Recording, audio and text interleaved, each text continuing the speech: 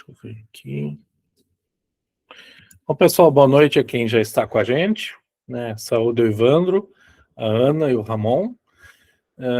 Se tiver mais gente ingressando no ambiente virtual, a gente saúda e dá as boas-vindas para que a gente possa ter uma noite agradável e conversar. Quem vai nos assistir virtualmente depois, como a gravação está ocorrendo, a gente vai, então, proporcionar o conhecimento do assunto, da conversa, para podermos, então, compartilharmos com mais alunos, né? E se você que não esteve presente e quiser conversar pessoalmente mais sobre o assunto, entre em contato com a coordenação, para a gente poder, então, se aproximar um pouquinho mais e falar sobre as oportunidades que nós temos no curso de Teologia da UBRA. Tá?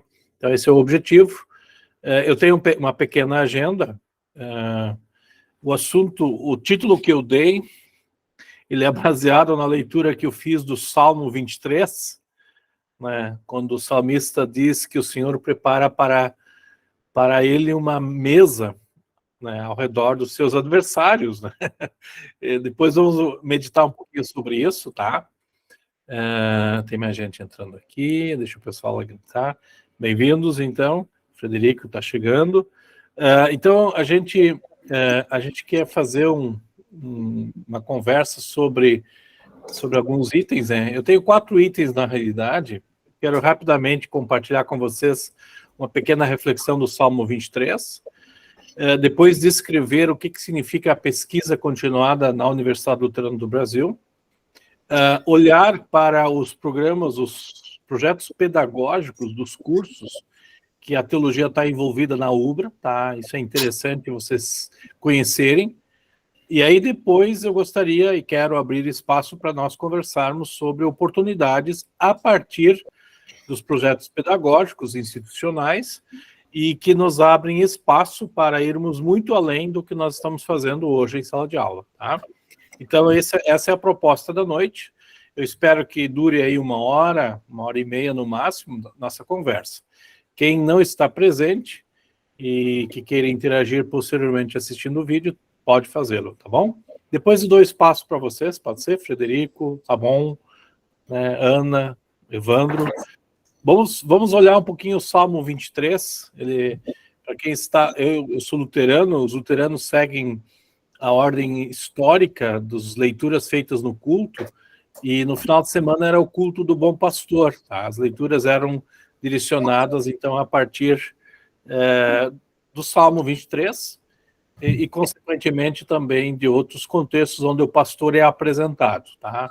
Claro que nós temos o texto clássico de João, capítulo 10, né? E também nós temos leituras do Antigo Testamento para falar sobre isso. Tá? Vamos desligar os microfones, né? Senão eu estou ouvindo aqui alguém batendo a mais, tá? Vocês conhecem bem o texto, tá? Eu fiz alguns comentários básicos aqui lá na lateral, então eu vou ler rapidamente. O Senhor é meu pastor, nada me faltará. Ele me faz repousar em pastos verdejantes. Leva-me para junto das águas de descanso. Refrigera minha alma. Guia-me pelas veredas da justiça por amor do seu nome. Rapidamente comentando esses primeiros 3 versículos, eu coloquei aqui alguns pontos, tá? É uma confissão de alguém que reconhece que há alguém outro no controle da sua vida, tá? Alguém de vocês já viu uma árvore milenar, aquelas árvores que os geólogos, os cientistas dizem que tem 1000 anos, 2000 anos, 3000 anos, e eles contam isso a partir daqueles, como é que eu vou dizer assim, como é que é? É circular, né? Não sei se vocês já viram isso. Aqui no Rio Grande do Sul, na cidade de Nova Petrópolis, tem uma árvore, talvez tenha 1000 anos, né? E eles contam os rings, né? Os anéis que a árvore tem para determinar a idade. Pergunta é, nosso Deus poderia fazer uma árvore velha? Podia. Adão e Eva foram feitos frutíferos, né? Ou eles se desenvolveram para gerar filhos. Então esse é nosso Deus, né? Nosso Deus pode fazer isso, tá? Ele pode criar uma árvore já com os anéis com idade, certo? Ele tem esse poder, né? Ele é alguém que tem o controle na vida, sobre a vida, né? Esse salmo nos lembra Gênesis, né? É isso que o salmista Davi está nos reportando. A ideia de um sumário das Escrituras, né? O Credo diz isso, creio que Deus me criou a mim. Tá? Isso é importante, né? Davi aqui não sei se ele é pastor de ovelhas ou ele é rei, mas ele dizer isso, que alguém tem controle sobre a vida dele. Aliás, Davi aprendeu isso na vida dele mesmo. Ele tem uma condição de corpo e alma. O que é a alma para Davi? A alma pode, eu entendo, né, e defendo isso, eu não dogmatizo o assunto, não dá para dogmatizar, porque os textos bíblicos são ricos em descrever o ser humano. A alma tem a ver com o ser humano como identidade, física e alma, né? Não é espiritual, mas alma. Né? Nossa alma e nosso corpo, no dia da nossa morte, vão ser separados, nós somos imortais, em certo sentido. Por outro lado, a alma pode ser entendida como a presença do Espírito Santo. Tá? O Espírito Santo foi soprado e o ser humano ganhou alma vivente, diz o texto de Gênesis. Tá? E Jesus disse, e Ezequiel 37 apronta, né, nos mostra que o Espírito Santo faz de novo ossos terem vida, é a mesma linguagem de Gênesis. Tá? Então aqui o salmista nos remete a isso, refrigera minha alma. Como é que a alma está com, como o Ramon está bebendo ali um pouco d'água, né? Como é que a alma está refrigerada, tá? Então há uma condição humana presente aqui. Se vocês lembram da morte de Jesus na cruz, Jesus pediu água e deram vinagre para ele, tá? Algo não bebível, né, no caso, tá? O texto segue: ainda que eu ande pelo vale da sombra da morte, não temerei mal nenhum, porque tu estás comigo, o teu bordão e o teu cajado me consolam. Lembrando sempre que é uma referência a alguém que tem controle sobre a vida e sobre a morte. Tá? Vocês e eu podemos andar no vale da sombra da morte. Aliás, nós vamos entrar na morte. Tá? E aqui tem um comentário que eu busquei, né? A voz desse salmo fala sobre a sombra mais escura que devemos experimentar de uma maneira totalmente diferente. Ainda que eu caminhe pelo vale da sombra da morte, pode significar que eu esteja morto, literalmente. Não é só em estado de, digamos assim, eu estou com câncer, é um sinal de morte. Tá? Final de semana, um esposo de uma colega faleceu, andando de moto aqui no Rio Grande do Sul. É dramático isso, como lidar com isso. Uma pessoa pode descobrir uma doença que não tem volta, assim por diante. Quer dizer, são vales da sombra da morte. Tá? A cláusula concessiva, ainda que eu caminhe, já diminui a ameaça da morte sem negar sua realidade. Quer dizer, a morte existe, mas vou ter que passar por ela. Aliás, todos passaram por ela. Né? O próprio o salmista Davi também passou por ela. Né? Quando Davi pecou com Batseba, o que Deus fez? Tirou o filho deles. Né? Enquanto o filho não morresse, Davi não tinha sossego. Né? Davi fez jejum enquanto o filho não estava morto. Isso é estranho, né? Mas o filho morreu, substituiu a situação do próprio Davi. Davi ganhou vida depois que o filho morreu. Isso é uma metáfora, ou é uma forma de dizer e de apontar para Cristo. Metáfora não no sentido figurado, mas teve alguém que morrer definitivamente, tá? E quem morreu, quem Deus exigiu que morresse, não foi Davi, foi o filho que foi gerado. Né? Não sob a bênção de Deus, mas Deus não abandonou Davi no seu pecado. Tá? Essa frase insinua a esperança contra o maior medo, ainda que levante minha expectativa de que, além do horror da morte, existe algo maior, existe algo mais firme. Então, nós vamos passar pela morte. Tá? Eu sempre lembro a história da minha mãe, né, uma semana antes dela falecer, faleceu cedo, com a minha idade, estou na idade que a minha mãe faleceu. Ela disse: eu vou morrer, eu estou preparado para morrer, eu não quero mais. Eu disse: não, mãe, os médicos vão dar um jeito. Não deram. Tá? E ela sabia que a vida dela estava se esvaindo, né? O corpo dela não estava mais reagindo. Né? Então, há uma saída mesmo, há uma situação de desespero, porque eu não vou sair da morte, eu não vou voltar da morte, a não ser pela ação do Espírito Santo. No último dia, nós seremos chamados da vida para a morte. E exatamente é isso que o salmista está dizendo. Eu vou passar pela dificuldade, vou, mas essa não é a última palavra. A morte não é a última palavra de Deus sobre nós. Aí o texto segue: preparas-me uma mesa na presença dos meus adversários, unges a minha cabeça com óleo e o meu cálice transborda. A cláusula, você arranja, né? Você prepara uma mesa diante de meus inimigos, também é capaz de ter dois significados, assim como a morte ali. A morte não é o fim, mas ela existe, né? Eu vou morrer, tá? Como descendente de Adão, eu vou morrer. Como fruto da obra do Espírito Santo, eu vou ter vida eterna, tá? Geralmente é interpretado como: Deus arranja uma mesa diante dos meus inimigos que devem assistir inveja, certo? O que significa os inimigos assistir o cristão se dando bem eternamente, tá? Mas a Escritura também oferece uma outra possibilidade de leitura desse texto. Deus arranja uma mesa diante de mim e também diante dos meus inimigos que compartilhem o banquete comigo. Quer dizer, os meus inimigos estão sentados comigo à mesa. Eles não estão distantes, eles estão do meu lado. Tá? Por isso a Bíblia fala sobre o reino de Deus de ambas as maneiras. Em outras palavras, os inimigos impenitentes serão punidos. Isso a gente lembra muito bem em João, por exemplo. João é muito claro no seu evangelho, diz, né? Quem não crê já está julgado, não precisa nem esperar pelo último dia. Tá? Eles serão punidos. Mas os inimigos, que podem também ser convertidos, poderão partilhar do reino.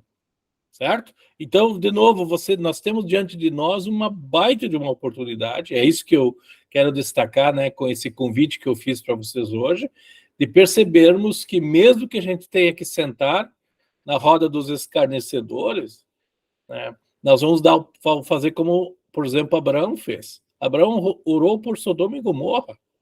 Não foi isso que ele fez? E não foi uma vez, foram várias vezes. A gente, isso é sodomia, isso é... Claro, infelizmente isso é o mundo, mas, né, nós não podemos dar uma de Jonas que fugiu de Nínive, né? E se tiver só 10, né, professor? Se tiver só 10, ele orou várias vezes, 4 vezes, né? Começou com 50 e foi baixando, Frederico. É interessante isso. Nosso papel de teólogos que conhecem a vontade de Deus passa por isso aí, tá? De sentar à mesa muitas vezes com... Bom, enquanto na primeira parte, então, do texto éramos ovelhas sob o bom pastor, a partir de agora entra em cena a nossa interação. Porque o texto diz: unges a minha cabeça com óleo. Quer dizer, há uma escolha. O ungir significa Deus nos convidou para o banquete, ele é o anfitrião, mas nós recebemos um tratamento de pais e reis. Como pais recebem em relação com filhos, como reis recebem em relação aos subordinados, tá? E essa é uma linguagem muito bonita que o salmista usa. Quer dizer, nós somos ativos. E aí o texto termina, né? Bondade e misericórdia certamente me seguirão todos os dias da minha vida e habitarei na casa do Senhor para todo sempre, né? Então nós temos aqui, então, o fato de sermos sacerdotes, nós vivemos de uma forma extravagante. O que significa isso? Bebendo ou vivendo a bondade e a misericórdia. Certamente a bondade e a fidelidade me perseguirão todos os dias da minha vida, ou estarão comigo, né? Porque o Senhor está comigo. Aqui é uma personificação, a humanização da abstrata bondade e fidelidade, seguindo as metáforas do Senhor como meu pastor e meu anfitrião, certo? Quer dizer, Deus nos convida, é de carne e osso, tá? Ele nos é um anfitrião que nos faz pensar nele. Por isso a bondade e a fidelidade no nosso existir, né, é real, é concreto. Ao humanizar as abstrações como bondade e fidelidade, elas se tornam menos desconectadas e mais conhecidas para nós. O que é bondade e misericórdia? Tá? É perceber como Deus continua ativo na vida, tá?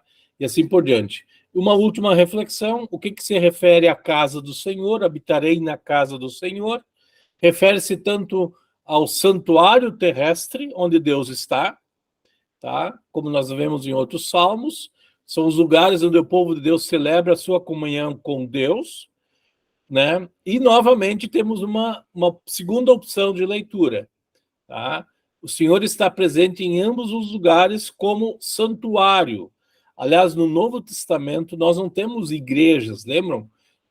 O que acontece logo depois que a igreja cristã se estabelece em Atos, por exemplo? Eles se reuniam de casa em casa. Eles não tinham mais estruturas para isso. Por quê? Né? Naquela história de Atos e das igrejas do Novo Testamento, estar na presença do Senhor era estar no corpo dele. Então, a igreja era o próprio corpo de Cristo. Cristo era o cabeça e nós éramos igrejas. Hoje nós temos de novo a oportunidade de termos, como no Antigo Testamento, lugares específicos para que o Senhor esteja presente. Lembre-se do Santo dos Santos, do Templo de Jerusalém, certo? Se o Senhor está lá, lá tem o seu povo. Se o Senhor não está lá, lá não tem o seu povo. E às vezes tem mais povo fora do templo do que no templo, lembre-se. Né? Lembre-se que no Novo Testamento, Jesus tem que fazer uma limpa no templo. Né? Você não tem pessoas no templo. Mas, por outro lado, Jesus diz para os seus pais, olha, vocês deviam saber que aqui é meu lugar, certo? Então, essa linguagem dupla do templo e de estar no Senhor, nós temos aqui também presente. Então, Davi tem essa dimensão existencial, né, que é bem interessante e é muito bonito. Eu vejo vocês assim. Eu vejo vocês muito mais fazendo parte do corpo igreja, não ligado a um local. Né? Nós não estamos num local, né? Via internet, nós não estamos presos a um local. Eu não acompanho vocês no dia a dia, na igreja de vocês, onde vocês congregam. Tá? Bem que eu gostaria, tá? Até, de repente, a gente vai estar mais próximo de uma forma ou de outra, né? Virtualmente ou presencialmente. Por quê? Porque nós não queremos dividir a igreja, né? O que nós queremos é estar na presença do Senhor todos os dias, porque a bondade e a misericórdia nos acompanham, tá? Então, dentro dessa perspectiva, eu estou trazendo esse texto para a gente refletir nesses minutos iniciais, para a gente poder conversar sobre o nosso curso de teologia, que reflete biblicamente essas verdades que eu acabei de compartilhar com vocês. Ramão, quer falar algo especificamente sobre isso? Fique à vontade. Pastor, não, é só complementando o que o senhor falou mesmo.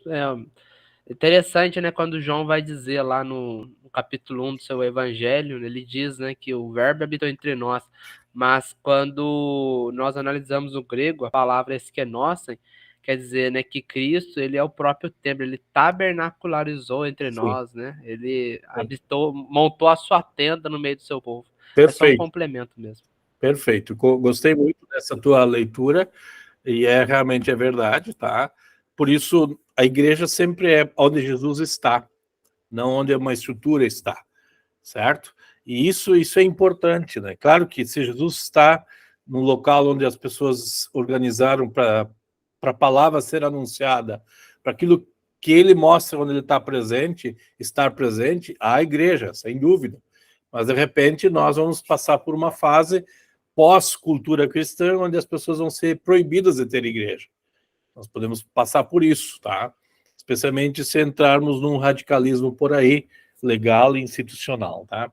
Eu compartilho aqui o juramento do formando, que é vocês podem ler isso com calma depois, mas que é um reflexo do nosso cuidado em ler as escrituras, para que as escrituras de fato falem para as pessoas. Tá? Isso é importante a gente sempre ter no nosso consciente, para podermos olhar para a nossa tarefa, né? Como teólogos, como pessoas que manuseiam a palavra de Deus. Tá? Então, por isso, como diz João, nós examinamos as escrituras porque elas falam de Jesus. E falar de Jesus, como o Ramon disse, é falar do templo que é constituído por Deus, né? Muito bom, muito obrigado pelas considerações. Tá bom? Agora nós vamos, então, ao assunto principal. E eu compartilho, eu vou falar um pouquinho, talvez demore um pouco, mas eu faço questão de trazer para vocês os elementos que nos ajudam a ser uma instituição que faz pesquisa, que quer refletir, que quer ampliar né, de repente abrir oportunidades assim por diante, tá? Isso aqui é um quadro onde a UBRA segue os parâmetros nacionais da educação. Tá? Então, esse é um quadro que reflete um pouquinho os chamados projetos pedagógicos de todos os cursos, não só da teologia. Então, isso não é coisa só de nossa aqui, mas isso é de todos os cursos que a UBRA tem. E aqui eu só quero destacar, nós temos aí algumas tabelas, tá? No fundo, nós queremos que saia algum profissional na área. Tá? Nós não temos como garantir emprego para ninguém no final do processo. Aliás, nenhum curso faz isso, tá? Nenhuma faculdade faz isso. Algumas faculdades conseguem vincular o ingresso a uma instituição, né? E assim por diante, certo? Então, professor, eu gostaria de sair do curso da UBRA, professor da UBRA. Impossível, né? Isso nem é para, isso não aconteceu comigo, né? E não vai acontecer provavelmente com nenhum de vocês, né? Só para vocês terem uma ideia. No meu perfil de ingresso acadêmico era fazer mestrado e doutorado. Aí o presidente da minha igreja disse, não, nós precisamos de pastores. Aí eu fiquei 9 anos no ministério, certo? Eu estudei, fiz mestrado no meio do tempo, perdi uma bolsa para ir para os Estados Unidos nesse meio tempo, né? Faltou a assinatura do presidente, ele não assinou, eu não pude ir, né? Eu fui fazer doutorado agora, 2014 eu terminei, quer dizer, dei graças a Deus que isso tudo aconteceu, tá? Eu voltei a ser professor 9 anos depois que eu queria ser, mas tudo bem, não é a coisa nem sempre está nas mãos da gente. Mas o que nós temos que olhar? Nós temos que olhar aqui para, primeiro, o que o governo brasileiro quer com a educação. E aí nós temos as chamadas diretrizes nacionais, que trabalham com competência. E elas envolvem aqui, eu não consigo ampliar mais a imagem, infelizmente, mas vocês vão poder ver, né? Envolve, então, disciplinas que têm projeto de vida, formação acadêmica, formação profissional e atuação profissional. Nós temos a extensão, nós temos a educação continuada, que envolve lato sensu, estrito sensu, mestrado, doutorado, pós-graduação, assim por diante. Nós temos disciplinas que pegam aspectos acadêmicos da sala de aula e pegam aspectos da sociedade. Nós vamos falar sobre isso um pouquinho, tá? E assim por diante. Dessa forma, existe a pesquisa. E nesse momento, então, a pesquisa ou a formação de pesquisadores é um ato contínuo, tá? Eu me lembro que na minha época de graduação, eu fiz 2 graduações, e aqui é bom lembrar que não só temos alunos da graduação, nós vamos olhar rapidamente para processos contínuos que nos interessam, né? Nós hoje estamos envolvidos na graduação presencial e EAD, e nós temos 2 cursos de pós, em Ministério Pastoral, que é presencial, e Teologia e Bíblia, que é EAD. Tá? A vantagem, por exemplo, da pós em Teologia e Bíblia, você pode fazer ela sem precisar ir no polo. Não é diferente da graduação, que precisa do polo. Tá? Só para vocês terem uma noção. Tá? A pós em Teologia e Bíblia e a pós em Ministério Pastoral, elas seguem as 2 graduações que a gente oferta. Os cursos de extensão, eles transversalizam, eles cruzam. Tá? Nós ainda não temos muitas opções, mas estamos trabalhando nisso. Tá? Bom, rapidamente, então, olhando, onde é que surgem possibilidades? Tá? Vocês aqui têm o currículo, a grade curricular da graduação presencial e EAD. Tá? Eu não vou entrar em muitos detalhes, eu só vou chamar a atenção. Vocês têm aqui chamados eixos, tá? Esses eixos vêm ao encontro do que o governo quer. Então, para cumprir as exigências do governo, vocês estão bem cobertos, certo? Nós estamos cumprindo as exigências do governo em relação à formação. Nós temos aqui atividades complementares, vou falar sobre elas um pouco, são 200 créditos. Tá? Isso aqui é uma bela oportunidade de formação continuada. Vamos falar um pouquinho sobre isso depois. Nós temos aqui as disciplinas que vocês cursam, tá? E eu vou destacar as chamadas, aqui são formação acadêmica, projeto de vida, formação acadêmica. Eu vou destacar aqui as disciplinas de formação profissional que nós temos já no 3º semestre, que são as chamadas PEIs, que envolvem extensão e ensino. Proclamação e educação cristã, tá? É a primeira PEI, no terceiro semestre, e as práticas de proclamação e educação cristã no quarto semestre. Tá? A partir dali, vocês vão ver depois que quem quer fazer um estágio não obrigatório já pode fazer a partir do quarto semestre. Isso também é um campo de atuação interessante. Mas esse é um assunto que eu vou voltar logo mais, né? Então, aqui nós temos mais formação, tá?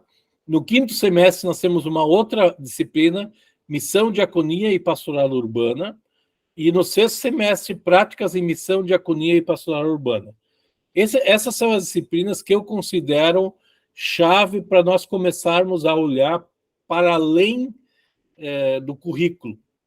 Tá? O currículo vocês vão ter que correr.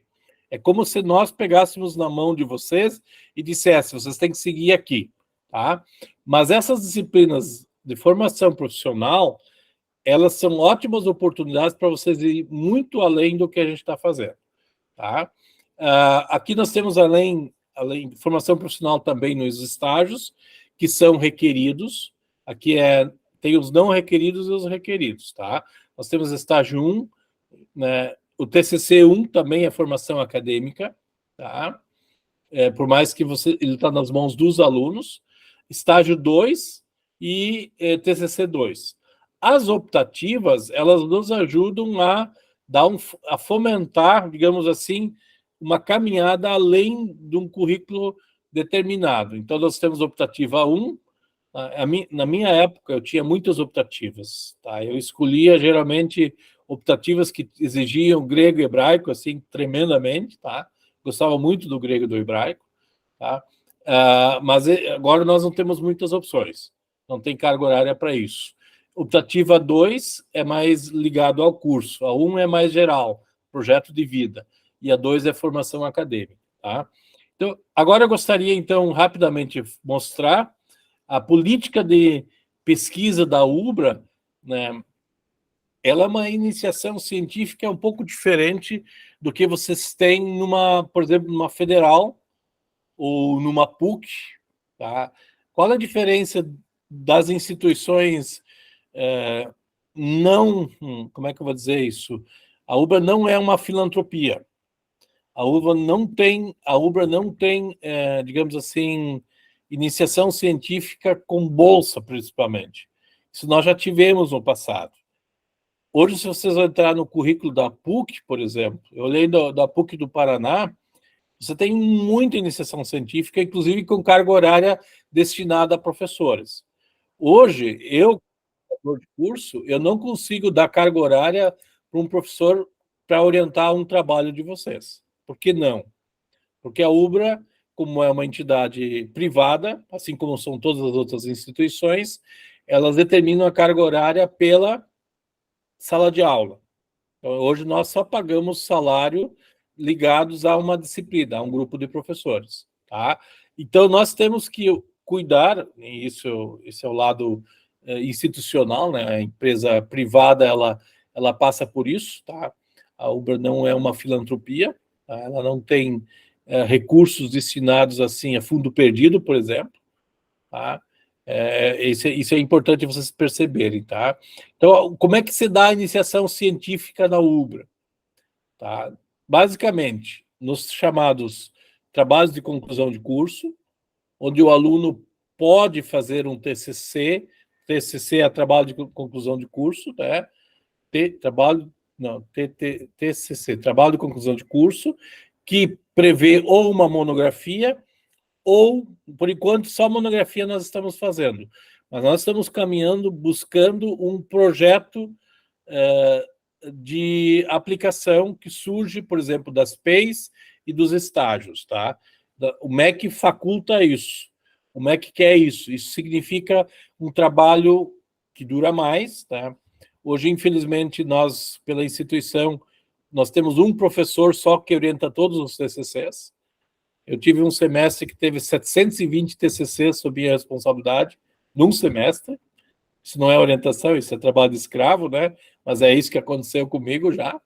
Então, não adianta eu reclamar. Vocês que estão fazendo o TCC já devem estar sabendo que é é o professor Hubert e o professor Anselmo, não dão risada da desgraça alheia, tá? Eu tive que me virar nos 30. 2011 eu não sabia o que fazer. Tá? Eu tinha 720 orientandos.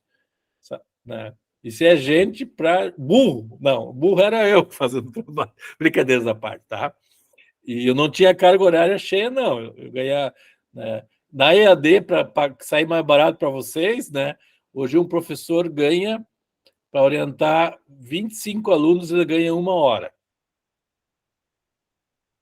No presencial, para orientar um aluno, ele ganha meia hora. Então, em 2 alunos, ele orientaria, ganharia 1 hora no presencial. Na EAD. É custo, tá, gente? Não adianta. Senão, a parte mais cara de um trabalho, de uma graduação, é o TCC, é o trabalho de conclusão. Tanto é que no lato sensu, na pós-graduação, o MEC facultou, quer dizer, ele deixou aí aberto o trabalho de conclusão ou não. Tanto é que ninguém mais tem trabalho de conclusão. Um curso aí que custa 3 mil, 4 mil reais o curso, metade disso vai para o TCC, vai para o artigo ou para a monografia. E aí ninguém quer pagar isso. E aí a gente tem que tirar, então nós colocamos um só. Mas isso não quer dizer que nós não possamos fazer pesquisa de outra forma. E é exatamente isso que eu quero fazer com vocês. Tá? Eu acho que nós temos que fazer e temos que buscar muita coisa bonita. No curso de teologia, a iniciação científica ela pode se dar como? Bom, historicamente, nós temos áreas da teologia. O Ramon há pouco falou, usou o texto hebraico, grego. Tá? Nós temos várias áreas. Nós não exigimos muito o grego, por quê? Porque não há tempo. Tá? Mas nós temos, por exemplo, uma formação paralela no Seminário Concórdia, em São Leopoldo.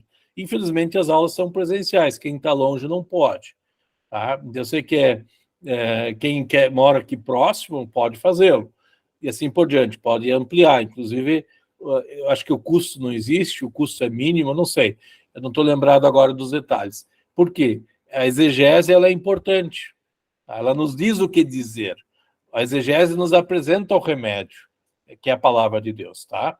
E depois nós temos as áreas de sistemática, histórica e prática. Isso tudo está ligado, então, a um elemento de antropologia da religião, sociologia da religião, filosofia da religião, psicologia e assim por diante. Todas essas áreas ligadas no MEC, a área da teologia e ciências da religião. Agora estou olhando para os órgãos governamentais, tá? Então, onde é que nós estamos, de fato, fazendo iniciação científica? Basicamente no TCC, hoje. Mas nós queremos mudar isso. Como mudar? E é exatamente por isso que eu fiz esse encontro hoje. Eu quero dar a oportunidade para a gente começar a pensar de outra forma.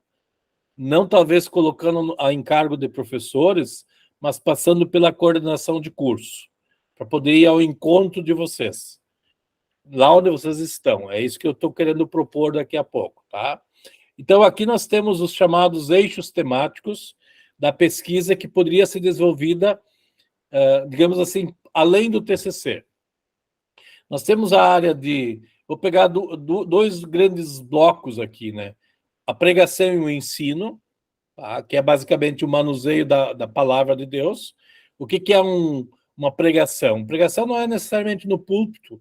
Pregação é você escrever uma mensagem e compartilhá-la com alguém.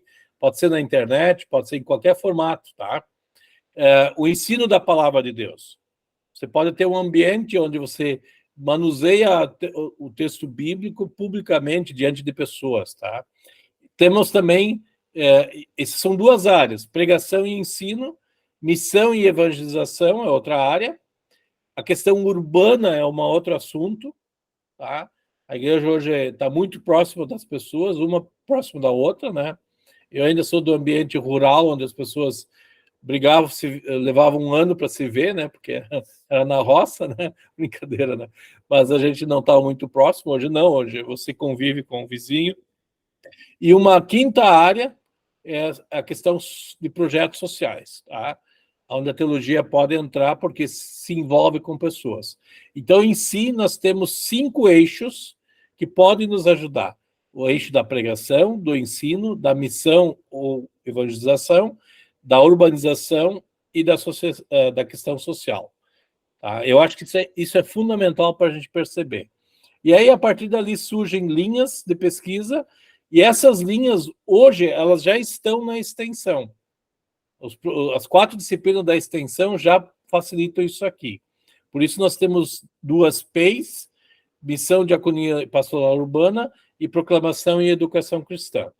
Tá? Então, dentro dessa linha, a UBRA também, além da graduação, estimula a pós-graduação. Vocês vão ver que o currículo da pós, tanto EAD como presencial, ela se soma a isso. Tá?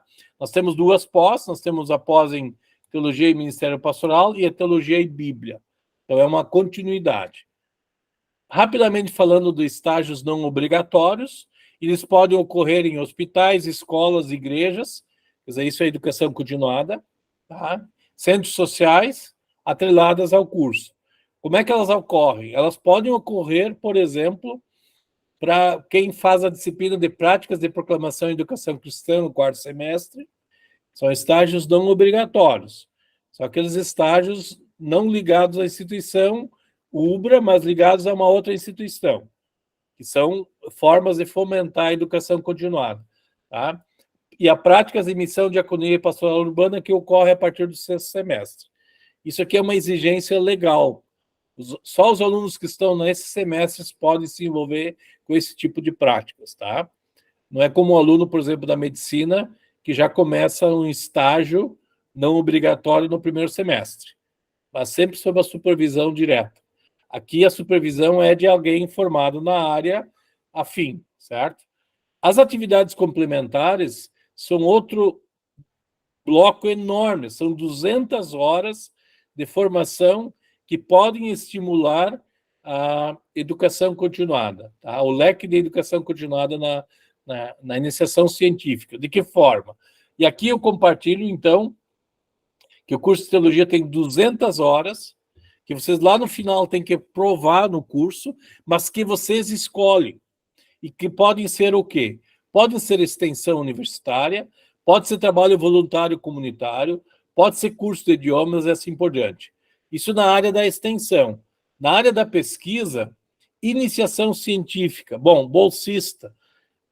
Eu não tenho nenhuma promessa de que eu posso dar uma bolsa de vocês e pagar para vocês. Eu, eventualmente, poderia, eu conversei esses dias com coordenadores, depende da pesquisa, né? Por exemplo, hoje o MEC ele não exige que tenhamos artigos publicados. Eu tenho muita produção, porque eu dou sermões, eu faço material didático, isso tudo ajuda a gente, né?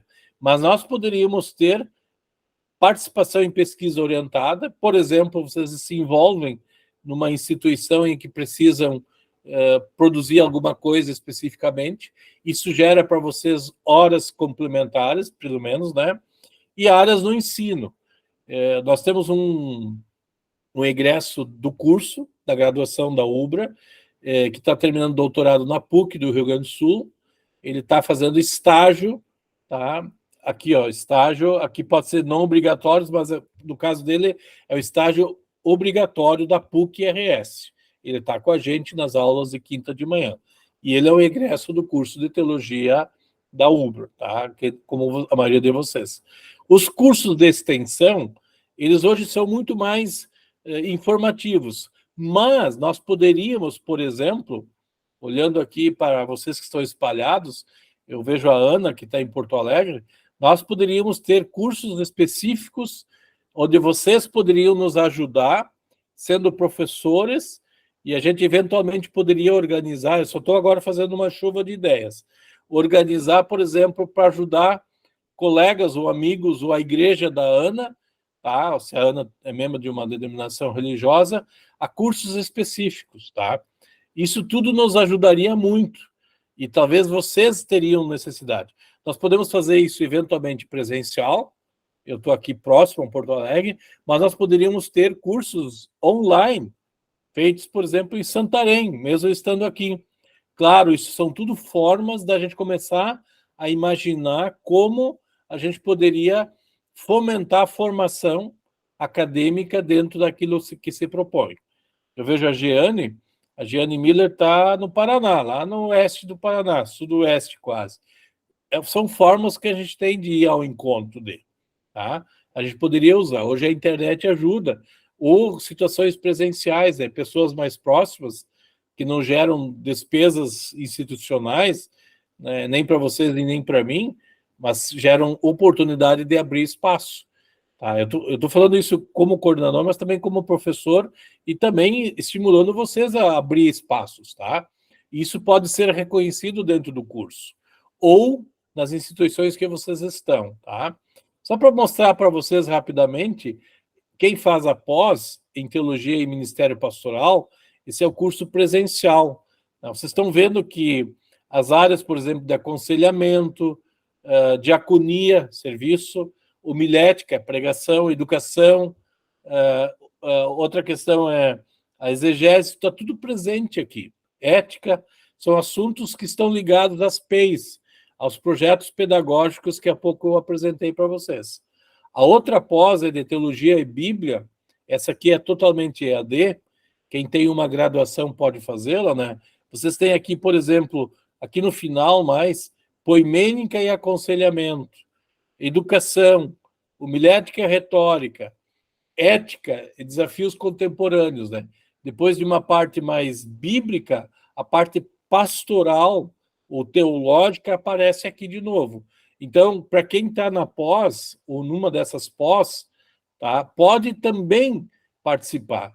Inclusive, a pós, ela oferece ou ela faculta estágio não obrigatório.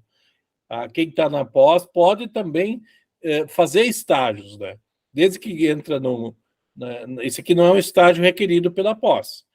Tá? O único lugar que tem estágio é na graduação, certo? Aqui nós temos, então, regras que estabelecem como um aluno da pós pode fazer estágio não obrigatório, tá?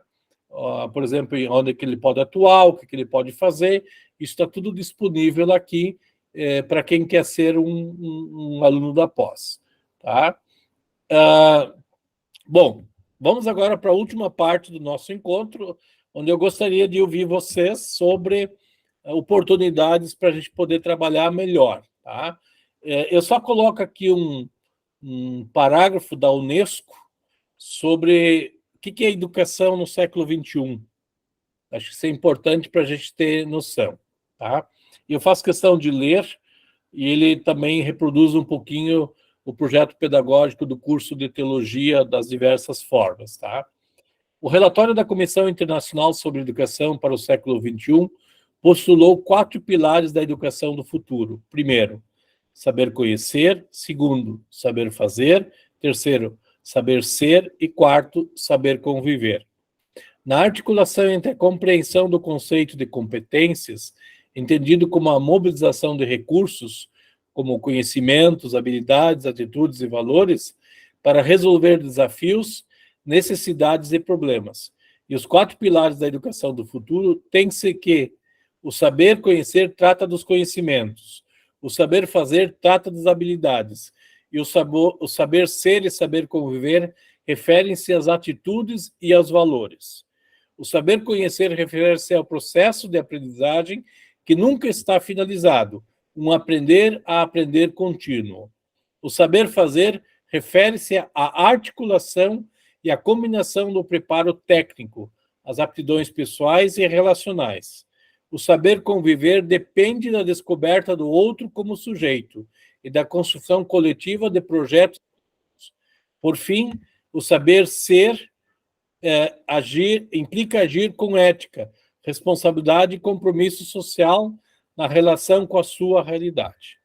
Então, a partir disso, eu quero deixar aberto para a gente poder conversar um pouquinho sobre o que daria para fazer.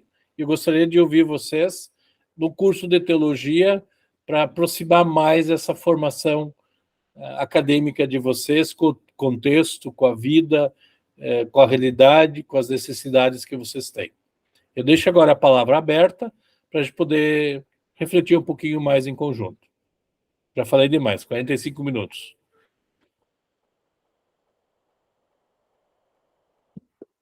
Ramon? Então, pastor, quando eu entrei em contato com o senhor, né, a respeito de iniciação científica e etc., é no contexto de que a teologia, né, quando a pessoa faz teologia, desenvolve a teologia, produzindo obras, e isso agrega em muito, né, na pregação do evangelho, na própria formação, até na vida de Lutero. Recentemente estava lendo um livro e falou muito sobre a vida de Lutero, como que ele produzia, escrevia e fazia livros. Então, esse foi o motivo de eu ter entrado em contato com o senhor, sabe, professor? Para estar aprendendo, sabe, me aprofundando. Não, em nenhum momento, assim, no meu contexto, eu pensei em receber uma bolsa, ou seja, ser remunerado. Mas às vezes, um assunto que um professor tem interesse, tenta, conversa, escreve alguma coisa. Aí já vai nascendo ideia para escrever um artigo, um TCC, um capítulo de livro. É nesse contexto. Mas foi muito bom a palestra do senhor, sabe, professor, de como fazer, mostrando como funciona. Muito interessante mesmo. Ramon, nós queremos, na realidade, abrir espaço para vocês se tornarem, não, digamos assim, protagonistas no sentido donos do conhecimento, ninguém é dono, né? A gente está, como diz ali a Unesco, nós estamos num processo contínuo de aprendizado, tá? E nós não podemos dogmatizar as coisas que a gente produz, né? Porque a palavra de Deus está acima dos nossos esforços, né? Mas o que eu gostaria de estimular vocês a nos ajudar a pensar em como nós podemos nos reforçar. Você está onde, Ramon, hoje? Onde você mora? Desculpa, eu não lembro mais. Não, sossegado, professor. Eu moro em Aparecido, São Paulo, no Tá, interior de São sim, Paulo, no estado de São Paulo. isso. Como é que nós poderíamos estimular você a ter uma produção teológica e fazer uma pesquisa particular que tenha interesse, de repente, né, não sei se tem mais gente envolvida na tua caminhada teológica, tem mais, você é membro de uma igreja? Sim, sim. No meu caso, era mais um tema inicial para poder pensar, né? Uma proposta, uma ideia de como pensar e como iniciar. Acho que nesse contexto, se um professor me auxiliasse nesse aspecto, um tema que, né, ó, eu tenho interesse nesse tema, lê tal obra, faz alguma coisa, assim, aí eu já ia desenvolvendo. Tá, ótimo. Eu, por exemplo, só para te dar um desafio, eu trabalhei no final de semana, já que você citou Lutero, Lutero ele foi presidente de bancas de doutorado até praticamente no final da vida dele, tá? Ele morreu em 46, em fevereiro, até acho que junho, julho de 45, ele presidia bancas, porque o aspecto acadêmico na reforma ele se tornou importante. Tá? Nós é que hoje estudamos pouco, tá? Comparado com o que se produzia. E o assunto que foi a banca de um aluno, né, de um doutorando, era sobre o conceito de alma, tá? Que se tem. Né? Lutero não dogmatizou o assunto, quer dizer, Lutero não bateu o martelo e disse, tem que ser assim, a alma é assim, ponto final. Não, os textos bíblicos eles são muito ricos, né, em descrever. E a Bíblia não dogmatiza o assunto também, né? Mas as dogmáticas vão fazê-lo, né? O que é uma alma, né? E assim por diante. Bom, a grande pergunta é Sim. para que alguém estudaria o assunto? Essa é a questão que eu quero discutir com vocês. Por que você, Ramon, sentaria e pesquisaria Lutero, sei lá quem mais, né, sobre o assunto alma, tá? No mundo de hoje? Para quê? Então a pesquisa ela tem que fazer sentido na tua vida, Ramon. Pastor, Sim, por favor. sim. Não, exatamente, é um tema extremamente interessante para mim, porque atualmente, hoje, há muita contradição em relação à alma, e espírito e alma desencarnada e etc. Então eu tenho interesse sim, até porque eu partilho um pressuposto também do que o senhor comentou, de que a alma somos nós. Mas eu tenho interesse nessa área, sim. Eu vou entrar em contato com o senhor por e-mail, a gente vai conversando e a gente vai trabalhando. Além de fazer isso particularmente, que não há problema, eu acho que seria uma excelente reflexão. A pergunta que eu faria para ti, Ramon, dentro da proposta do curso de teologia, é como as pessoas ao teu redor vão se beneficiar com essa tua formação.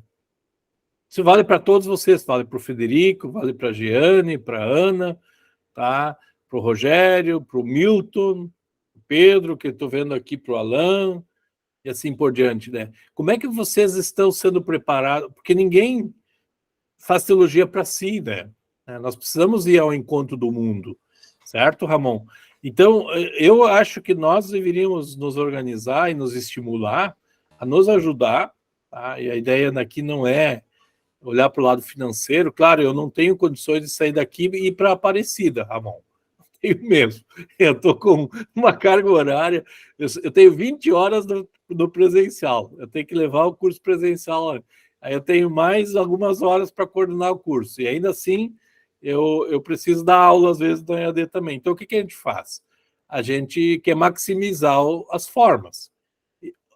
Essa conversa que a gente está tendo aqui, ela pode frutificar, ela pode criar identidade. Eu não quero só compartilhar ideias, eu quero compartilhar identidade. Então, vocês têm que ter uma caminhada com condições de ajudar as pessoas. Eu acho que, né, então, por exemplo, uma discussão que você fizer comigo aqui poderia ser levada a um grupo de jovens eventual da tua igreja. Né? Desculpa, eu ia exatamente falar sobre isso, assim, essa questão de jovens, né? Eu até estava comentando com uma amiga hoje de tarde. Eu disse, Balo, lembra quando a gente estava na Juva, lá com 15, 16 anos, e que a gente falava, imagina quando nós formos os leigos, quando vocês forem as servas, e a igreja vai estar lotada, e as crianças vão estar correndo, a gente vai estar organizando os almoços e tal. Não tem 20% do pessoal que era da nossa época não frequenta a igreja hoje. Isso me dói bastante, e acho que a gente tem que trabalhar isso. Qual que é a responsabilidade dos pais que deixam... Eu vejo assim, ó, a minha avó, a Oma Gerda, ela ia nos cultos todos os domingos, ela participava de tudo dentro da igreja e me trouxe para essa raiz, assim. Já a minha mãe já deixava de ir, já ia quando dava, ficavam 3 domingos sem ir, num outro. Aí a minha irmã, ela já não vai, sabe? Ela vai uma vez a cada 6 meses, vamos dizer. E eu noto isso do lado da minha esposa também. A dona Clotilde Merker, por exemplo, ela faleceu ano passado, esse ano. Ela também, assídua em tudo. Mesmo com 100 anos, ela ia no departamento lá, quando o pastor Hildo pedia, dona Heloísa, não tem como a senhora trazer aqui a dona Clotilde para ela ler um devocional, alguma coisa. E aí a minha sogra, ela já não vai mais muito. A Luciane, ela é que nem eu, a gente é assíduo lá no São Paulo, mas o irmão dela, por exemplo, a irmã dela, eles já não querem muito saber, sabe? E onde é que se perdeu isso? Onde é que os nossos pais, vamos dizer assim, eles pararam de passar isso, não como uma tradição, nem como um estilo de vida, mas sim como salvação ou morte, sabe? É difícil quando tu para pensar que quando tu morreu, e ou tu vai para o céu ou tu vai para o inferno, o furo é mais embaixo, sabe? Por isso que o cristão ele é chato, porque o cristão não fala que todas as religiões levam a Deus. Se tu crê nisso, tudo bem. Tu crê numa ruda atrás da porta, tá tudo certo. Não, o cristão sabe que o único caminho é Jesus. O caminho, a verdade e a vida, sabe? Por isso que ele é um pouco chato e tenta, de alguma forma, persuadir a crer. Claro, a gente sabe que não é a gente, né? É o Espírito Santo, mas tu fica triste, sabe? Tu fica chateado quando tu vê, por exemplo, eu tive um amigo que faleceu ano passado. Eu conversava muito com ele sobre isso, mas ele não queria saber. Ele bebeu, bateu o carro por causa de guria, porque ele gostava de uma guria que não gostava dele. Ele faleceu, o Anderson Trindade. Então, e aí, sabe? Eu tentei, será que aquela sementinha, em 1 segundo, será que aquilo lá germinou, sabe? Eu não sei, mas Deus sabe. Então, acho que a gente tem que trabalhar, tem bastante coisa para fazer. Bastante coisa mesmo. Desculpa me alongar aí, pessoal.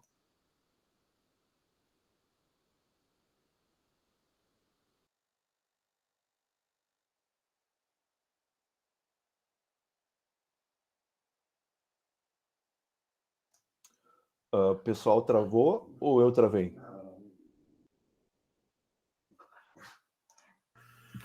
Eu acho Travou que para alguém aí também, Frederico. o professor Clóvis, eu acho, né? O professor Clóvis travou. Agora ele saiu. Bom, mas Frederico, você deixou o professor Clóvis pensativo. mas é isso, sabe? Lá na Cristo, eu pego os livros de presença de 99, 2000, 2001, 2002, 2003. É 40, 50 jovens. Tu pega um livro de presença hoje, é 5. Realmente. É verdade, verdade. A sua palavra. Pessoal, minha internet aí caiu, aí eu consegui voltar agora. Então continuou. Mas veja o senhor ficou entretido aí com o depoimento do Frederico. Eu acho que sim. Mas veja só, Frederico, eu gostaria de, digamos assim, não olhar pelo leite derramado, vamos olhar pelo leite, tá? Então, o que eu estou sugerindo? Isso não é só contigo aí, Frederico, com toda a geração ocidental, isso não só no Brasil, nos Estados Unidos a mesma coisa, e assim por diante. Então, o que aconteceu? Nós vivemos numa cultura cristã que teve uma certa estabilidade, tá? Como você disse da tua avó, meu avô também, eu não tinha opção de não ir na igreja, ou era a igreja ou não era, não tinha outra coisa. Só que, de repente, você tem uma liberdade. E o que a liberdade é? Se você não aprendeu que você vai para a igreja, que você precisa do alimento da alma, o que vai acontecer? Ninguém mais precisa do alimento da alma, tá, Ramon? Exato. A alma hoje é a psicologia, tá? A alma hoje é você se sentir bem, tá? E às vezes os pastores até caem no sentir-se bem. Na realidade, se você olhar bem para o Salmo que nós lemos antes no início, ainda que eu ande pelo vale da sombra da morte, quer dizer, eu vou ter que passar pela morte, essa não é a última palavra do Senhor. Uhum. Então, vocês, teólogos, e eu, como teólogo, nós estamos trabalhando com o quê? Com a existência até o último. Né? Nós não estamos trabalhando nas questões penúltimas, né? Vamos escolher a cor da roupa, a cor do carro. Não, nós vamos trabalhar com coisas que são eternas, certo? E aí, como você mesmo disse, Frederico, você semeou uma semente, tá? Você pode encontrar essa pessoa na eternidade. Você não sabe, graças a Deus, mas o que nós vamos ter que fazer? Nós temos que nos articular de tal forma que a mensagem chega lá. Jonas disse uma palavra para Nínive, e Nínive se converteu. E diz o texto que Nínive ficou mais 100 anos viva, né? Deus não julgou Nínive. Sim. Sobre Sodoma e Gomorra, a gente sabe que não foi assim que aconteceu. Então, o que o curso de teologia quer como diz ali antes eu compartilhei com vocês o voto de vocês, é manusear as escrituras e deixar Deus fazer seu trabalho na vida das pessoas. Sim. Então, eu gostaria, Frederico, eu sei que você está em Porto Alegre, qual é o teu polo em Porto Alegre? O meu polo é aqui na Zona Sul, aqui na Otto. Na Otto. A Ana está na Zona Norte, né? Só para lembrar alguns polos, tá? Eu sei que tem gente de Canoas. O que nós gostaríamos? Eu não quero inventar a roda, eu não quero substituir o trabalho do pastor, eu não quero concorrer, vocês também não devem concorrer, tá? Vocês têm que ter o quê? Formação com cuidado, com atenção, para quê? Para que as pessoas possam, de fato, valorizar o trabalho de vocês. Então, a mesma coisa é meu papel. Eu quero ser um bom coordenador, não por causa só de vocês, mas porque eu creio na mensagem que eu anuncio. Tá? O meu cuidado por vocês é por causa de Cristo. Tá? Então, existe um elemento cristológico na nossa intenção. Não é só porque eu preciso viver disso. Claro que nós vamos viver, graças a Deus nós estamos vivendo e vivendo razoavelmente bem. Tá? O curso de teologia ele tem um bom grupo de alunos, tem altos e baixos, tem gente que quando descobre que tem que estudar não consegue e desistem e assim por diante, tá? Isso faz parte da vida, mas nós não gostaríamos que vocês percebessem. O professor Anselmo, que vocês têm em sala de aula, ele está cuidando bastante das disciplinas agora, ele tem percebido uma coisa muito bonita, né? As pessoas não estão esmorecendo no primeiro momento. Tá? E isso é bom, porque não é tão simples assim. Você tem que ler, estudar, refletir. E aí, Ramon, é nesse sentido que eu acho que a nossa chuva de ideias, né, ela precisa ir ao encontro do quê? Olha para as pessoas que estão na frente de vocês. Como é que vocês vão querer ajuda nossa? Eu não vou fazer o trabalho, viu, Frederico? Eu não vou lá na São Paulo, né? Por mais que eu tenha o convite para ir na Cruz de Petrópolis daqui uns dias, certo? Deixa para mim, pastor. Não, mas o que eu gostaria? Mas não façam também assim afoitadamente, tá? Não digam, o trabalho está tudo errado. Deus não faz netos, Deus só faz filhos. Então, para cada geração, o pastor Evandro vai ter que pregar a palavra para o pai, para o filho, para o neto e para o bisneto. É a mesma palavra que tem que sair da boca do pastor Evandro. E não a mesma palavra para todo mundo. Certo? Então é isso que a gente quer buscar. O que eu quis dizer é que tem bastante trabalho para fazer, pastor. Tem. Bastante. Tem sim. Por isso a porta está aberta. Eu gostaria que vocês falassem. Vamos pensar. Né? Eu não sei realmente, eu não posso sair daqui e ir lá para Cascavel, onde está a Giane. Tá? Isso me custa, mas nós temos ferramentas para isso. Tá? Nós temos professores, de repente, pode fazer um curso de extensão e ajudar. Né, ajudar a igreja ou a realidade, o contexto. Nós não queremos pensar em denominações, nós queremos pensar na palavra de Deus quando vocês são responsáveis. Né? O Milton eu vejo mais o Milton e o Alan, que estão aqui no site, tem mais algum aluno do seminário? Acho que não. Estão sendo preparados para serem pastores lá na frente. O seminário tem um cuidado muito bonito com isso, tá? Mas nós queremos levar essa expertise, essa forma de trabalhar para mais gente, tá? Então, o Rogério, a Ana, e assim por diante, né, que eu estou vendo aqui, pode se beneficiar disso, tá? Eu gostaria de marcar um encontro, de repente, Ana, na tua igreja, não sei, eu estou jogando a ideia, tá? Eu não sei como fazê-lo. Eu preciso aprender com vocês, é isso que eu estou sugerindo. Alguém quer falar? Aproveitem!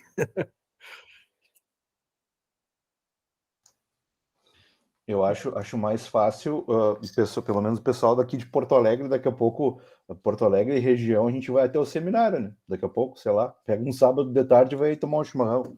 Um exemplo só. Os polos, Frederico, os polos são o meu ponto de apoio com vocês, tá? Ah, bom. Qual a ideia do polo? De novo, eu acho que uma coisa bonita é manter a ordem, tá?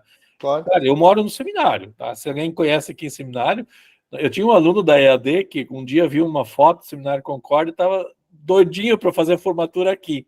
Ele disse, cara, eu não posso, tu tem que fazer lá no polo, onde você tá. E aí, eu já fui em alguns encontrões aí no Seminário Concórdia, pastor.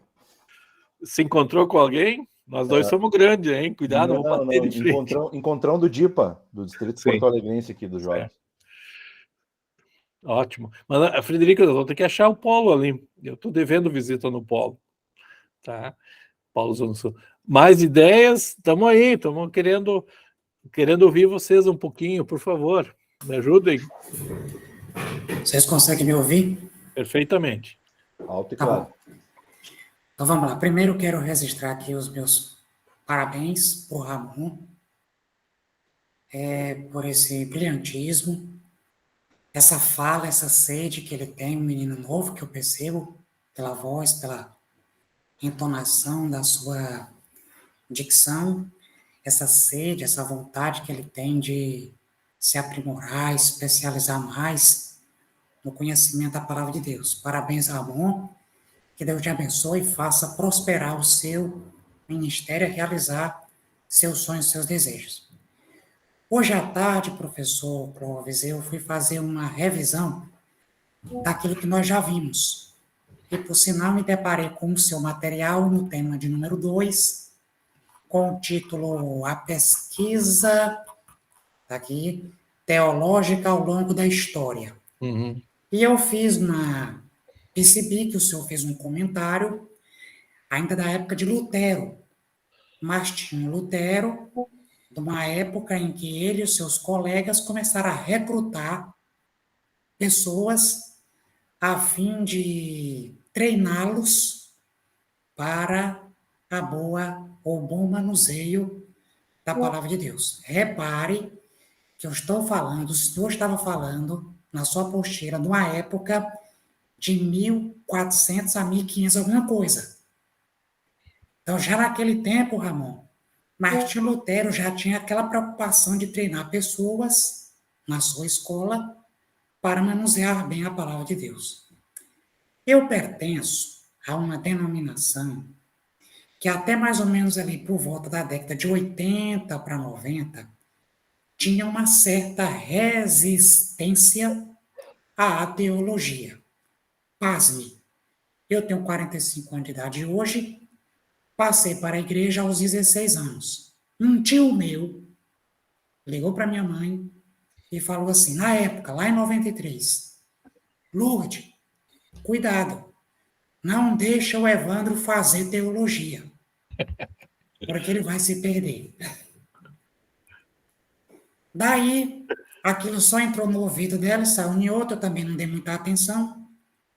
A época em que aceitei a Cristo como Salvador, aqueles estilos de mensagens, elas eram mais voltadas para usos e costumes.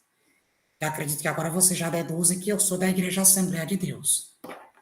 Com o passar do tempo, professor Clóvis, eu fui perceber que a Bíblia tinha muito mais assuntos interessantes para eu falar, abordar, explicar, ensinar, do que me deter a comprimento de saia, tamanho de corte de cabelo, maquiagens e etc, etc. Eu vi isso no andar da carruagem, isso que eu estava com 18 anos. Daqui a pouco eu comecei a fazer um básico em teologia autodidata. Ou seja, um amigo meu fazia, ele lia as apostilas e eu começava a digerir as apostilas dele, sem nenhuma pretensão de fazer um curso teológico. E aí que foi que eu percebi, no andar da carruagem, nesses 27 anos que nós temos aí de evangélicos, pude perceber que o nosso povo, o meu povo, no que diz respeito aos assembleanos, começou a mudar essa ideia com relação à teologia. Hoje, para a glória do nome de Deus, nós temos seminários, institutos, faculdades, ainda que seja 2 salas pequenininhas, como é o caso daqui de Palmas, Tocantins, onde eu pertenço. Por graça de Deus, cheguei até a ser o que hoje é o professor Clóvis, coordenador de um curso em bacharel livre de teologia aqui na minha cidade. Aí, o que estou querendo dizer assim, com toda essa história? É de suma importância nós, independentemente de denominação, seja luterano, wesleyano, metodista, assembleano, batista, presbiteriano, seja, não importa a denominação, temos que ter um preparo forte, um preparo coeso, consistente, para nós divulgarmos a palavra de Deus, ensiná-la tal como ela é, sem aberrações, sem estardalhaços, sem ficar fazendo marabalismo com o texto sagrado, pregar o evangelho de forma simples, tal como ele é, mas de forma também preparada. Ter aquela preocupação de dominar a nossa língua materna, o português, falar bem para o nosso plenário. Claro que eu não vou robustecer meu sermão, com palavras que meu plenário não vai entender. Mas também eu não posso chegar dizendo, nós vai, saúde os irmãos com a paz do Senhor, quando deveria ser saúdo ou cumprimento. Claro, não vou assassinar o português, evidentemente. Já dizia o saudoso pastor Antônio Gilberto. A mensagem bem falada, um português bem falado, não salva o pecador, mas salva a reputação do pregador. É isso que eu queria propor aos colegas, da gente se preparar, estudar, levar a fundo essa questão, a sério, essa questão, porque a gente vê, pastor Clóvis, nessas redes sociais, nesses Instagrams da vida, rapaz, pelo amor de Jesus Cristo, o que é isso? Eu acho que se um desses autores, os escritores do Novo Testamento, escutasse o que a gente ouve, né, nos Instagrams da vida, eu acho que os cadáveres dele, ó, se retorcia, sabe? Depois dessa aula, Suas catatumbas frias. Professor Clóvis, só para concluir, eu só vou comentar para o senhor por que eu falo assim, rapidamente, bem rápido. Alguns colegas já sabem, principalmente o professor Anselmo Graff. Em janeiro do ano passado, fui diagnosticado com câncer de tireoide, fiz 3 cirurgias. A primeira, que foi em março do ano passado, para a remoção do tumor, mas o médico não conseguiu, fazendo com que a minha voz tivesse o aspecto soproso. Por exemplo, as vozes de vocês, as cordas vocais de vocês funcionam assim, ó. A minha, essa daqui, essa à esquerda, ficou paralisada, razão pela qual a minha voz tem um aspecto soproso. Graças a Deus que eu já estou bem melhor com as fonoaudiologia. Era só isso que eu queria comentar com vocês e aproveitar o ensejo e pedir orações aos colegas que estão aí nos ouvindo, e dizer que eu tenho essa dificuldade para falar em função de que os nervos que correm na minha laringe também foi danificado por ocasião da primeira cirurgia. Mas a mente está totalmente sadia, não perdi nenhum versículo, nenhuma das minhas sanidades mentais não foram afetadas. Graças a Deus.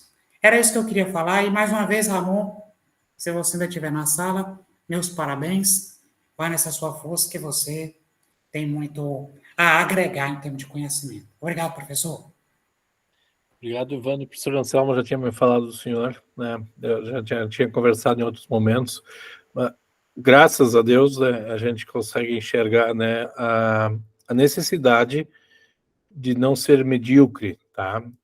Eu também, quando eu vim para o seminário, eu tinha 13 anos, certo? Eu cresci num ambiente onde se falava alemão e eu não conseguia trocar minha tecla SAP do alemão para o português, né? Não funcionava.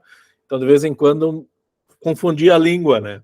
Aí eu fui fazer faculdade de letras para resolver o meu problema de português, porque eu queria ser pastor e eu não sabia falar português, né? Até hoje não sei direito, de vez em quando eu cagaguejo. aí eu fui fazer português e inglês, né? Português e inglês. Aí o professor dizia, Clóvis, tu tá falando alemão no meio da aula de inglês, né? Porque a coisa trocava, né, as bolas, né? E assim por diante. E graças a Deus eu lutei, né? Era um simples, né, vindo da roça, né? A ideia era realmente se aprofundar, ler, eu gostava de ler, né, e fazia isso. Eu não quero que vocês sejam exímios acadêmicos, não é isso. Por isso eu falei antes lá para o Ramon, no sentido de nós nos aproximarmos da realidade, tá, gente? Então, pastor Evandro, o conhecimento, a comunicação, o processo todo não é de enfeitar o discurso, né? Torná-lo rosado, bonitinho. O discurso tem que ser dito da melhor forma possível, para que as pessoas compreendam, tá? Por isso é uma questão cultural, né? Fazer cultura. E a sua igreja, pastor Evandro, o senhor dá testemunho dela, né? Eu, quando me formei, eu tinha um tio que era da Assembleia, e ele me disse que eu não ia ensinar bem as pessoas porque eu ia criar um monte de hipócritas, né? E hoje, graças a Deus, a história é diferente. Eu continuo ensinando, eu continuo deixando o Espírito Santo agir na vida das pessoas pela palavra, e um bom manuseio da palavra, o Espírito Santo vai usar, tá? Acho que quem não se comunica, se trumbica, dizia o Chacrinha, isso pode acontecer também entre nós. E acho que o Frederico, nessa linha, está acontecendo com as gerações, tá? Então, se tua avó ia na igreja porque era obrigada a ir, a filha já não é mais obrigada, e o neto muito menos, então a coisa mudou. Volto a dizer, Deus não faz netos, só filhos. A cada geração, o evangelho, a evangelização precisa ocorrer. pastor Evandro e Frederico. E é isso que a gente quer com vocês. A gente quer que vocês entrem em contato comigo, né, usem os meios, vocês têm meu WhatsApp. Eu gostaria de ter mais contato com vocês. Eu gostaria de marcar no Polo, na congregação, Frederico, Ana, que vocês estão em Porto Alegre, ou sei lá onde, Canoas, de dizer assim, o que nós podemos fazer em conjunto para ajudar as pessoas que não estão ao nosso redor. Entre em contato, tá? Eu sei que é difícil, a agenda nem sempre oferece, mas eu não vejo outro, meu papel a não ser esse, de customizar, de organizar, de pensar coisas que nós, na academia, podemos fazer pela realidade que está ao nosso redor. Tá? Vocês são o ponto de contato com o mundo ao redor, tá? Então, Frederico, eu não vou resolver o problema dos jovens que não vêm. Tá? Eu preciso que o pastor, ou sei lá, alguém faça um trabalho. Não uma vez, né? A vida cristã é uma relação, não é algo abstrato, é algo concreto. Por isso, bondade e misericórdia acompanham a gente quando o Senhor está conosco. Não quando ele está distante. O Senhor a gente não vê só no sábado e no domingo na igreja. Certo? Por isso nós falamos, né? A casa do Senhor é onde o Senhor está. Tá? Não é assim, eu vou crer no Senhor no domingo, na segunda não tem nada a ver. É uma constante, né? É uma vida diária, uma caminhada, andar junto. Não dá para ser que nem aquele namorado que diz que quando namora alguém, ele pode ser infiel, que ele vai ser fiel só no casamento. Né? Não dá para ser assim. A identidade, ela faz parte da nossa vida, tá? Então, o curso de teologia está aberto aqui, eu dei algumas opções, eu fiz chover algumas ideias, eu vou compartilhar isso com vocês, para a gente poder começar a ver situações, tá? Eu gostaria, pastor Evandro, eu sei que lá em Palmas, nós temos uma unidade da UBRA, nós temos até capelão, eventualmente. Nós queremos um link, né? O senhor pode abrir. O curso, as despesas não são altas, né? Cursos de extensão, às vezes, até são gratuitos, ele quer fazer isso da melhor forma possível, tá? E, graças a Deus, a gente tem condições de fazer isso, tem meios para fazer isso. Vocês estão numa das maiores universidades do Brasil. Claro, a UBRA já foi muito grande, tá? Talvez foi um dos erros dela não valorizar o chão de fábrica, né? A gente sempre diz aqui. Vocês são o chão de fábrica. Vocês são as pessoas com quem a gente se importa. Cada um de vocês é importante. Só que nós somos acadêmicos, né? O nosso curso tem professor, tem tutor, tá? Deve ser explorado. Eu sei que o pastor Evandro explora bem, o pastor Anselmo, e vocês estão aprendendo muito, tá? Eu vi isso na pós em Teologia e Bíblia, nós temos alunos de Portugal, dos Estados Unidos, não porque estão lá, mas porque querem aprender teologia. É isso que a gente quer fazer, tá? E esse é o papel do coordenador, meu papel, dos professores, dos tutores, da própria UBRA, né? Então, se a gente puder se ajudar e vocês trouxerem ideias, usem os meios de comunicação, entrem em contato. Tá? A gente vai fazer da melhor forma possível, né? Tá? Eu sei que a gente às vezes trabalha... Eu passei, por exemplo, feriado, semana, era feriado ontem, eu fiquei fazendo um plano de ensino para um curso intensivo na Argentina. Né? Eu vou para lá sem custo, né? A Argentina está vivendo uma crise difícil de se passar, certo? Muito difícil. E o convite que foi feito é para se ajudar, nós vamos nos ajudar. Então, eu passei o feriado preparando algo para eles. Tá? A Teologia da Cruz de Martinho Lutero, Teologia da Cruz. Nós pregamos a Cristo e esse crucificado, diz o apóstolo Paulo. É isso que vocês e eu vamos fazer. Nós não pregamos a nós mesmos, tá? E nesse sentido, a gente quer se ajudar. Tá? Eu até penso depois fazer um curso de extensão sobre isso, para vocês entenderem cada vez mais o que é a cruz. A cruz não é apenas Jesus crucificado, a ressurreição também está envolvida, a obra toda de Cristo em nosso favor. Tá? Nós temos alguns minutos ainda.